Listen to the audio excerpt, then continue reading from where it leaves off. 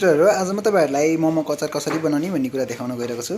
हेर्नुस् यो हामीले काटिसकेको टमाटर रहेको छ प्लस यो अदुवा र लसुन मसिनो गरेर काटेका छौं। हेर्नुस् यो अदुवा र लसुन हो र प्लस यहाँ हामीले यसमा प्याज र हरियो खुर्सानी पनि काटेर रेडी गरेका छौं। यो पिनट्स रहेको छ, साथै यो बेसारको धुलो रहेको छ, प्लस यो नुन रहेको छ, अनि यो जिराको धुलो र यो चाहिँ मिट मसला रहेको छ। हामी यसमा थोरै मिट मसला पनि युज गर्न सक्छौं र अब हामी यसले पकाउने विधि सिकाउन गइरहेका छौं। हेर्नुस् यो तेल रहेको छ, यसमा तेल राख्नु होला। हेर्नुस् तेल राखिसकेको छ, तलबाट हिट अन हामीले गरिसकेका छौं। हिट अन गर्नुपर्छ भन्ने कुरा तपाईहरुलाई पनि ज्ञान सायदै छ, यो सबैमा हुने कुरा पनि हो। तेल हिट अन नगरिकन तात्दैन। मित्रहरू म एकचोटि तपाईहरुलाई फेरि पनि देखाउन चाहे। मोमोको अचार बनाउनको लागि आज म यहाँलाई सिकाउन गइरहेको छु। यो टमाटर हामीले काटेर रेडी गरिएको टमाटर र यो रहेको छ अदुवा र लसुनलाई हामीले मसिनो गरेर काटेको छौं। हेर्नुस् त र यो प्याज, यो हरियो खुर्सानी रहेको छ। यसको साथै हामीले थोरै पिनट पनि तयार गरेका छौं। पिनट सँगसँगै मसलामा हामीले यो बेसार रहेको छ, यति बेसार रहेको छ, लगभग 1.5 चम्मच जति होला। नुन आफ्नो टेस्ट अनुसार हाल्न सक्नुहुन्छ, यो नुन हो। र यो जिराको धुलो रहेको छ, जिराको धुलो रहेको छ, जिराको धुलो प्लस अनि यो चाहिँ मिट मसला रहेको छ। हामीले यसमा करी मसला पनि युज गर्न सक्छौं र मिट मसला युज गर्दा पनि खासै फरक नपर्ने छ। यो तेल हिट भइसकेको छ। अब हामी यसमा अघि देखाइएको पिनट हाल्न गइरहेका छौं।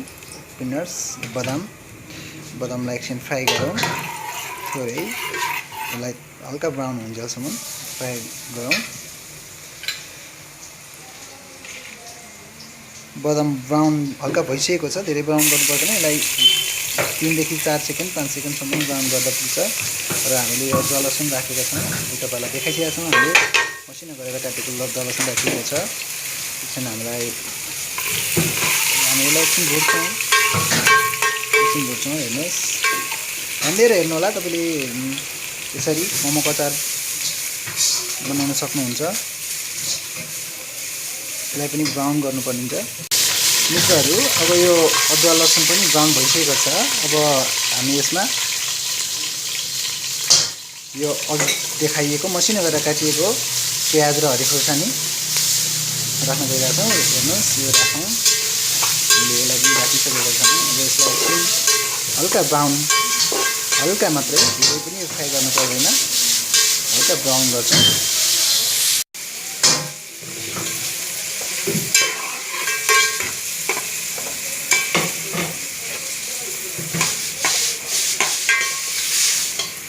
हामीले यसमा हालेको लसुन, अदुवा, खुर्सानी, प्याज ब्राउन भइसकेको छ। अब हामी यसमा बेसार हाल्न गइरहेका छौं। त्यसमा हामी बेसार राख्यौं। हेर्नुस् बेसार राखिसकेका छौं। अब यसलाई एकछिन चलाइदिउँ र अब बेसार राखिसकेपछि अब हामी यसमा टमाटर राख्छौं। हेर्नुस् हामीले धेरै मसिनो पनि पार्नु पर्दैन टमाटरलाई चाहिँ, तपाईले जस्तो सक्नुहुन्छ त्यस्तै काट्नु भयो हुन्छ। मसिनो गरेर टमाटर पनि हामीले हालिसकेका छौं। अब हेर्नुस् यसलाई एकछिन हामी चलाउँछौं। मित्रहरू हामीले अब यसमा मसला राख्न गइरहेका छौं। हेर्नुस् यो अघि तपाईलाई मैले देखाएको जिराको धुलो हो। जिराको धुलो 1 देखि 1.5 चम्चा जति राख्नु होला। र यसमा मिट मसला राख्न गइरहेको छु। यो मिट मसला रहेछ। हेर्नुस् यो चाहिँ करी मसलाको ठाउँमा हामीले आज मिट मसला राखिरहेका छौं। तपाईले करी मसला राखेर पनि बनाउन सक्नुहुन्छ।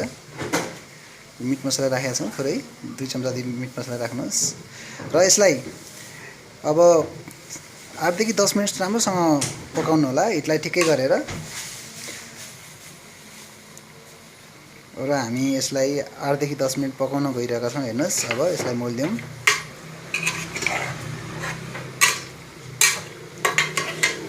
सबै कुराहरु हालिसकेपछि अब हामी यसलाई छोपेर पकाउँछौं।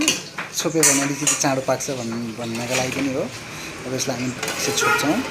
यसरी हामीले 8 देखि 10 मिनेटसम्म यसलाई पकाउनु पर्ने हुन्छ। अब हामी यसमा तिल राख्न गइरहेका छौं। हेर्नुस् यो सिसम सीड पाउडर हो। सिसमलाई चाहिँ भुटेर अनि यसलाई चाहिँ मेसिनमा पिसिएको छ।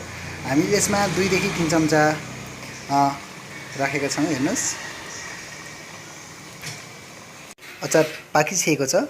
मैले तिल पनि हालिसकेँ। अब यसमा म हरियो धनिया राख्न गइरहेको छु। हेर्नुहोस् यसमा थोरै हरियो धनिया राखौँ। हरियो धनिया यसरी अब हरियो धनिया राखिसकेपछि यो तातो छ, यसलाई सेलाउनको लागि हामी 5-7 मिनट जति अर्को भाँडामा खन्याउँछौँ। अचार पूर्ण रूपमा सेलाइसकेको छ। अब हामी यसलाई मिक्सरमा राखेर पिस्न गइरहेका छौँ।